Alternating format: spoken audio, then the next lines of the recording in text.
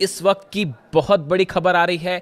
Israel में सेड्रट इलाके में 2 केमिकल फैक्ट्रीज में आग लगी है और आग की लपटें काफी दूर तक देखी जा सकती हैं, धुआं देखा जा सकता है और यहां पर राहत बचाव कार्य जारी है। लेकिन इस आग लगने के बाद इस पूरे इलाके में इजराइल में जो खबर फैली वो इस तरह की खबरें फैलने लगी कि यहां पर बड़ा धमाका हुआ है और यह कहा जाने लगा कि क्या यहां पर ड्रोन स्ट्राइक हुई है।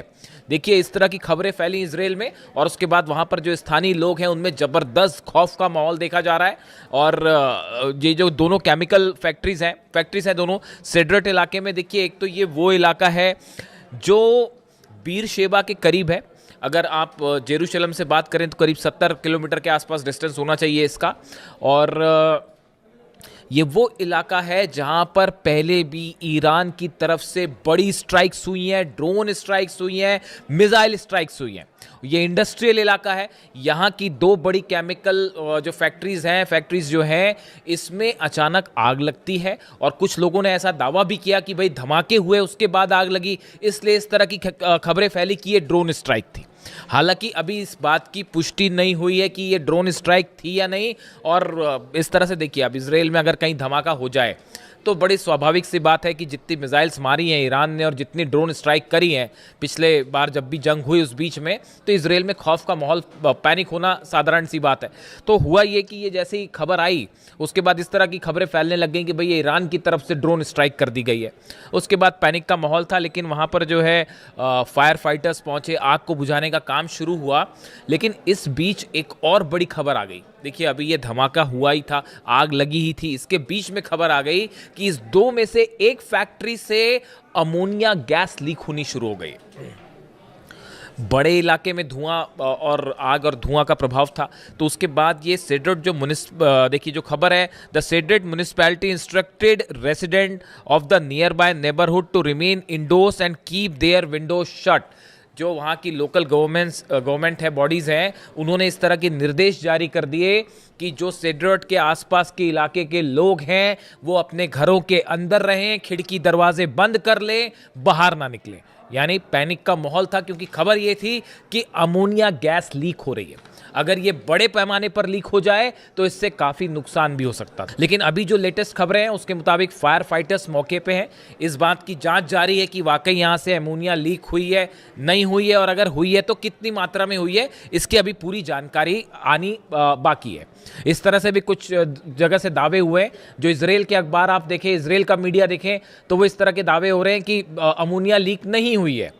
लेकिन इस तरह के भी दावे हैं कि अमोनिया लीक हुई है। अभी स्टेटस क्या है वो पता चलेगा। इस इलाके में देखिए इतना ज़बरदस्त पैनिक का माहौल था कि जो सेड्रट से होते हुए जो ट्रेन्स जाती हैं उनको सेड्रट स्टेशन पर रोकने से मना कर दिया गया। उन्हें कहा गया कि आप फ़ौरन यहाँ से आगे निकल जाइए, इस स्टेशन पे आप ना रुकेंगे। आसपास के जो रेसिडेंशियल इलाके थे उनको काफ़ी घरों को खाली करवा दिया गया। जो थोड़े डिस्टेंस पे घर हैं उनको कहा गया कि आप घर के अंदर रहिए, बाहर मत निकलिए। यानी आप देखिए इस पूरे इलाके में, दरअसल देखिए ये बीर शेबा के करीब वो इलाका है सेड्रट का जहां पर ईरान की तरफ से शाहिद 136 ड्रोन्स ने, खास तौर पर जो 12 दिन की जंग हुई थी, इस जंग की बात नहीं कर रहा हूं मैं, पहले वाली जो जंग हुई थी 12 दिन की जंग हुई थी जिसमें ईरान ने अपनी मिसाइल्स और ड्रोन की असली पावर दिखाई थी पहली बार दुनिया को, और इजराइल घुटनों पर था। और ये हालात थे कि धमाधम मिसाइल्स गिर रही थी और बिल्डिंग्स गिर रहे थे इजराइल में। और उसके बाद जो है वो पहली बार ताकत देखी थी दुनिया ने कि ईरान की मिसाइल्स और ड्रोन की क्या ताकत होती है। तो उस समय भी ये जो सेड्रट इलाका है, जो इसका इंडस्ट्रियल इलाका है, इस पर काफ़ी ड्रोन स्ट्राइक्स हुई थी। देखिए, ईरान में लगातार अमेरिका की तरफ से धमकियां आ रही हैं कि जो है हम वहाँ के जितने ऑयल स्टेशंस हैं उनको निशाना बनाएंगे, एनर्जी स्टेशंस को निशाना बनाएंगे, वगैरह वगैरह, इंडस्ट्रियल एरिया को निशाना बनाया जा रहा है। इन हालात में नेतन्याहू जब डोनाल्ड ट्रंप से मिलने वाले हैं उसके ठीक पहले इजराइल के एक इंडस्ट्रियल कॉम्प्लेक्स में आग लग जाती है, तेजी से फैल जाती है और इस तरह से धमाके और ड्रोन स्ट्राइक की खबरें फैलने लगती है। इसके बाद सबको यही लगा एक बार कि ये ईरान की तरफ से, जैसा कि ईरान ने पहले ही कह रखा है कि अगर हमारे पर हमले जारी रहे या अगर हमें ज़रूरत महसूस हुई प्रीएम्प्टिव स्ट्राइक की तो हम पहले स्ट्राइक कर देंगे। इस तरह की बातें भी ईरान की तरफ से कही गई। तो ऑलरेडी पैनिक फैलना लाजमी था। तो उसके बाद हालात ये है कि अब वहाँ पर जो है काफ़ी सारी जो है फायर ब्रिगेड की गाड़ियाँ हैं और वो आग वाग बुझाने के काम में लगी हुई है। अभी किसी तरह की ड्रोन स्ट्राइक की कोई कन्फर्मेशन नहीं आई है। अगर कन्फर्मेशन आती है तो हम आपको बताएंगे, लेकिन फिलहाल इस पूरी घटना से अच्छा खासा पैनिक जो है वो इजराइल में देखने को मिल रहा है। अब देखिए, इसी बीच एक और बड़ी खबर है, मैं अगले वीडियो में इसकी चर्चा करूंगा आपसे, कि इराक में जो स्ट्राइक्स की गई हैं खासतौर पर इरबिल में ईरान की तरफ से, वहाँ इराक में अभी भी हमले जारी हैं, वहाँ पे अभी भी जो है वो दुश्मनों के खिलाफ ईरान की कार्रवाई जारी है। उसमें इजराइल के कुछ सीक्रेट अड्डों को निशाना बनाया गया है। इस पर अभी डिटेल्स ज़रा आ जाए आपसे शेयर करेंगे। और इस बीच देखिए, जो खबर है ही कि नेतन्याहू और डोनाल्ड ट्रंप की मुलाकात होने वाली है, इस पर पूरी दुनिया की नज़रें हैं कि डोनाल्ड ट्रंप और नेतन्याहू की मुलाकात में क्या होता है। पिछली बार भी जब हमले हुए थे ईरान पे, जंग शुरू हुई थी, तो उसके पहले दोनों की मुलाकात हुई थी। अब बड़े सारे ऑप्शंस जो हैं इसकी अमेरिका की मीडिया आपस में चर्चा कर रही है। ईरान की तरफ से साफ है स्टेटस, आप मिलिए मत मिलिए, जो करना है करिए, ईरान का जवाब तैयार है। हमला करोगे तो हमला मिलेगा, बातचीत करोगे तो बातचीत मिलेगी। जैसा चाहता है अमेरिका, जैसा चाहता है इजराइल, उसको वैसा जवाब दिया जाएगा। ईरान का स्टेटस बिल्कुल क्लियर है। वो अभी तो जवाब यूक्रेन को देने की हो रही है, क्योंकि कैस्पियन सागर में जो हमला किया है अभी तैयारी उसकी चल रही है। वो खुर्रम शहर 4 कभी भी फायर हो सकती है। जवाब जरूर मिलेगा यूक्रेन को, ये बात तो तय है। अब देखिए, इस बीच जो खबर है, 2-3 ऑप्शंस जो हैं जिस पर विचार हो रहे हैं। पहला ये कहा जा रहा है कि डोनाल्ड ट्रंप और नेतन्याहू की मुलाकात के बाद ये प्लान तैयार हो सकता है कि अब हॉर्मूज में एक्शन की जिम्मेदारी नेतन्याहू की। कई सोर्सेज ऐसा दावा कर रहे हैं कि अब हॉर्मूज में अभी तक अमेरिका ने अपने 18 जहाज लेके वो खड़े रहे, कुछ कर नहीं पाए। हॉर्मूज अभी भी पूरी तरह से ईरान के कंट्रोल में, परिंदा भी पर नहीं मार सकता वहाँ ईरान की इच्छा के बिना। तो अब ऐसे में बताया जा रहा है कि हो सकता है कि नेतन्याहू को हॉर्मूज का कंट्रोल दे दिया जाए, कि वह जिम्मा दे दिया जाए कि भैया अब यहाँ पे ईरान से आप लड़ो, हम नहीं लड़ सकते। तो एक ऑप्शन ये है कि इजराइल की एंट्री हॉर्मूज में होने जा रही है, वहाँ पर ईरान उसके लिए तैयार बैठा हुआ, कह रहा है आप आइए, हम बताते हैं, हमारी अबू मेहदी रेडी है, तो वो अलग तैयार है। दूसरा ऑप्शन ये बताया जा रहा है कि अब अमेरिका में मिड टर्म पोल्स होने हैं। अब यहाँ बड़ी समस्या ये है, जॉर्डन में बेस तबाह हो गए, सोल्जर्स मारे गए, कुवैत में पेट्रियट तबाह हो गया, बहरीन में पेट्रियट थर्ड सिस्टम तबाह हो गए, तो भयंकर नुकसान हो गया। अब सैटेलाइट इमेजेस सामने आने लग गई हैं, और जो रिपब्लिकन सांसद हैं डोनाल्ड ट्रंप की पार्टी के, वही सवाल उठाने लगे हैं डोनाल्ड ट्रंप पर, कह रहे हैं कि भाई आपने हासिल क्या किया, आपने ईरान जाके ऑपरेशन किया, आपने हासिल क्या किया। आप कह रहे थे रिजीम चेंज होगी, वो भी नहीं हो पाई। आप कह रहे थे कि यूरेनियम पर कौम कब्जा कर लेंगे, वो भी नहीं हो पाया। तो फिर आप कर क्या पाए वहां जाके?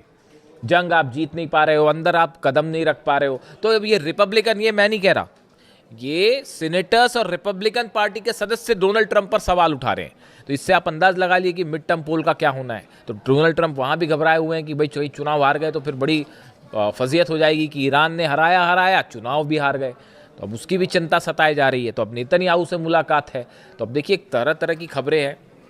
लेकिन इस बीच एक बड़ी जो गौर करने वाली बात यह है, अमेरिका के जो फाइटर जेट्स हैं, हथियार हैं, इन सबका प्लेसमेंट, लोकेशंस और मूवमेंट बाकायदा जारी है।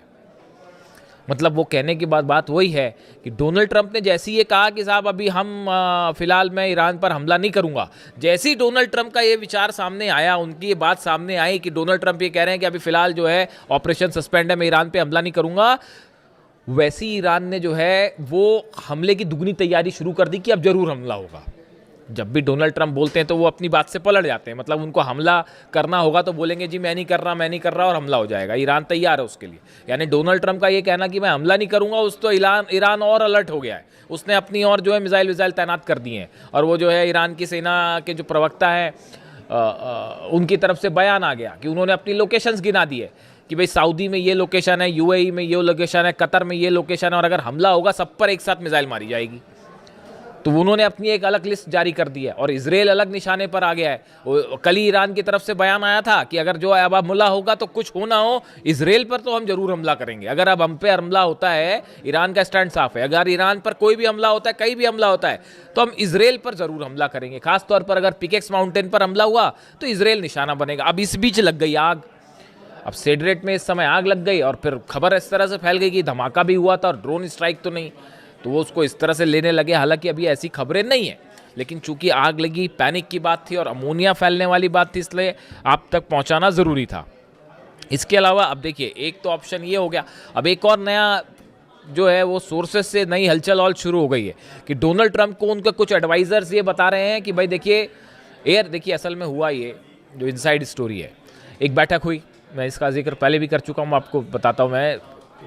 अमेरिका में एक बैठक होती है, उस बैठक में जनरल डेनकेन शामिल थे, चीफ जॉइंट ऑफ स्टाफ, वो शामिल थे, हेस्गेट शामिल थे, डोनाल्ड ट्रंप और तमाम एडवाइजर्स इनके शामिल थे। ब्रैड कूपर जो है उनसे बात की गई, सेंटकॉम के जो चीफ हैं, जो ऑपरेशन देख रहे हैं ईरान के, तो सेंटकॉम चीफ जो है उनकी तरफ से बयान आया कि देखिए हमने ईरान के ऊपर जितनी एयर स्ट्राइक करनी थी वो कर ली, अब इससे और ज़्यादा हम जो है कोई अपना गोल हासिल नहीं कर सकते। उन्होंने सच्चाई कबूल कर ली असल में ये कि हम जितना नुकसान कर सकते थे ईरान का। एयर स्ट्राइक, देखिए हर ऑपरेशन की एक सीमा होती है, आप एयर स्ट्राइक करके किसी को हरा नहीं सकते, किसी देश को। तो अमेरिका का वो ब्रैड कूपर का कहना है ऐसा है, हमने जितनी एयर स्ट्राइक करनी थी वो कर लिया, अब हम ईरान को और एयर स्ट्राइक करके हम कुछ हासिल नहीं करेंगे। तो अब एयर स्ट्राइक करके हासिल नहीं करेंगे तो कैसे हासिल करेंगे? तो फिर उसका एक ही ऑप्शन बचता है, ग्राउंड ऑपरेशन करिए, सोल्जर्स को अंदर ले जाइए। डोनाल्ड ट्रंप ने आज वो एक और फिर डाल दिया पोस्ट, एक तो वो B-2 बॉम्बर के साथ दिखाई दे गए और फिर खार्ग आइलैंड पर हमला करते हुए एक सोशल मीडिया पे पोस्ट डाल दी। तो उसके बाद ये स्पेकुलेशंस चल पड़े कि भाई अब ग्राउंड ऑपरेशन होने वाला है, उसके लिए ईरान अलग तैयार बैठा है। एक भी कदम रखेगा सैनिक तो वो उसने अपनी प्लानिंग कर रखी है, ग्राउंड ऑपरेशन का बदला ग्राउंड ऑपरेशन। इधर से अमेरिका की सेना घुसेगी, उधर ईरान की सेना जवाब तो देगी, वो लड़ेंगे, वो तो अलग होगी मारकाट, लेकिन उसके बाद ईरान की सेना भी कहीं भी घुस सकती है साहब। ये इस बात को भी समझ लीजिए, पता चला इराक पे कब्जा कर लिया, घुस गए अंदर, कुवैत में घुस गए अंदर, कुछ भी हो सकता है। ये जो है इन्होंने अपनी अलग पॉलिसी तैयार कर रखी है ईरान ने कि वो दुश्मन से एक कदम आगे चलेगा, मतलब जो चीज़ नहीं सोची होगी वो कर लेंगे। इस तरह की खबरें थी भी पहले कि अब जो ग्राउंड ऑपरेशन बार बार जो अमेरिका करता है, ग्राउंड ऑपरेशन, इस बार ईरान की सेना ने भी ग्राउंड ऑपरेशन का प्लान तैयार कर रखा है कि कैसे घुस के मिलिट्री अड्डों पर कब्जा किया जाए। अमेरिका के इसका प्लान भी तैयार है। वो 8 लाख सैनिक ऐसे ही नहीं बैठे और बड़े गुस्से में बैठे हैं साहब अली खामेनी साहब की शहादत के बाद से, वो कुछ भी हो सकता है। तो फिलहाल ये खबर आप तक पहुंचानी ज़रूरी थी। इससे जुड़ा जो भी अपडेट होगा, नेतन्याहू और ट्रंप की मुलाकात पर हमारी खास नज़र रहेगी। वॉशिंगटन से देखते हैं क्या निकल के आता है। जो भी अपडेट होगा आप तक पहुंचाएंगे। Thank you so much.